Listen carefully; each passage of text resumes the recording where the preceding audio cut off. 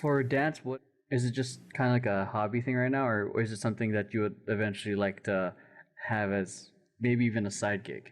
Eventually a side gig. Like, I really want to try. Right now, I'm just trying to focus on building my foundation to try, because since I'm still kind of new to it, I want to like make sure that, oh, I have all this knowledge that I could apply later on.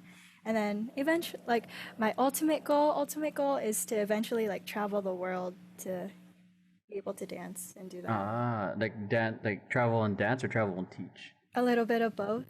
Mm, But right now, since I'm like still iffy about teaching, like I want to be able to teach eventually, yeah. but right now, like Marie right now is like, oh, I just want to dance. But I feel like Marie in the future will want to do both. Mm, you're 20, so you're a decade younger than me. But there's definitely a lot of room for growth, a lot of room for potential. And what I like about you and a lot of the other people that members that I've talked to, like around your age, is that they're hungry for the foundation Mhm. to learn locking and house or popping or whichever style that's going to help give a solid foundation with all the other, I guess, quote unquote hip hop styles. Mhm. Because I think one of the common things, well, for me when I was younger, I don't think a lot of people knew what locking was. Not a lot of people knew what housing was, or or even what whacking was. So Mhm. that it's pretty badass that you're actually that's what you're training in, and then you're not just not to not put down any of the choreo classes, but you're not just doing other choreo classes, but you're looking to Mhm. build your freestyling. Are you trying to battle eventually? I want to try it like at least once, but it's kind of scary because like it's so intense, and I feel like I'm gonna be like that in the beginning. Have you ever battled before, like even in grits, like in a cipher? No, not No. like battle. It was just like freestyle ciphers. Like, but there was no one ever going like in your face, like, yeah, I'm gonna call you out, and Me to Diego, but for fun. but did you guys ever have a back and forth? No, it was more like me picking on him. Oh my gosh, is you're like the tiniest person, and he's like, dude, yeah, I'm not gonna lie, it's scary as shit. No matter at what level, but Yeah. it's like, or it eventually just becomes excitement. But I Mhm. remember my first battle, no, my second battle. I shared this in the previous podcast somewhere. My second battle, I froze up. It was in the middle.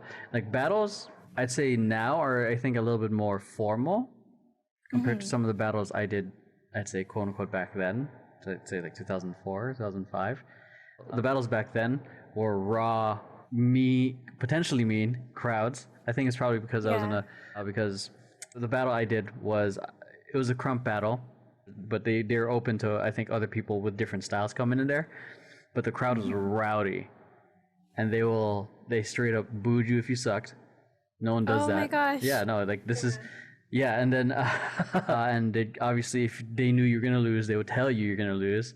Like this was like Oh, raw, like, brutal. and these crowds are brutal. So like it really required tough skin, and it was my third battle actually, and Mhm. then going in there and then seeing it was a 3-on-3. Me and two other founders of FanBiz were supposed to be battling. Me and one other founder choked.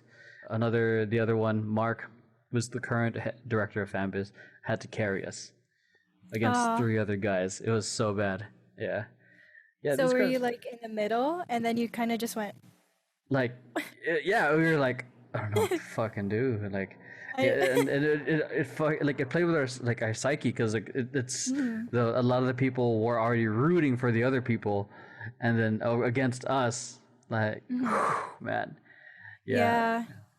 And yeah, the battles nowadays aren't Scary. as bad. Like even this one other one, and I think I definitely shared this with the podcast with Diego. Make sure you guys listen to that.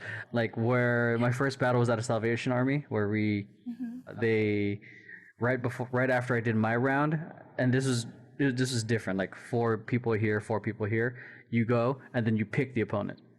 So Oh, okay. I did my round and I picked my opponent, and those of you guys who know Jet Li, he was one of the opponents I picked, and the whole crowd, even the MC, was like, "Oh, it's over!" Like like they knew I was done. I was gonna get Uh-huh. wrecked, So Wait, did you do that like on purpose, or you're kind of just like, oh, I just want to choose him? I just picked him because I looked up to him. I was Oh, like, hell okay. yeah, I want to go up against you. You're one of the better dancers. Like I wanted to see where I'm at, and then I Yeah. was just roasted, like wrecked. Like he made fun of me. He did this like ticking move, tick tick tick tick tick, Uh-huh. and then big glasses, and then crowd laughed. Oh, yeah, but It's that a was good just, learning experience. yeah, it's definitely a great learning experience. You know what I'm definitely gonna do with Temper Tantrum once we're back, we're gonna have in-house battles. Oh, Like that'd be fun. that's what we used to do with Fanbiz. We would separate everyone Yeah. and put people who've never worked with each other in crews, and we would have a bracket. So, and people get like the most timid of people, like you. Like I wouldn't be surprised if you They're become like, like yeah, they show out. I'm like especially in that battle like mentality. It's yeah. like you have go Oh, ahead. sorry. No, I was gonna say like, oh, yeah. I kind of see that happening because I feel like once you're in the zone, you're in it. Yeah,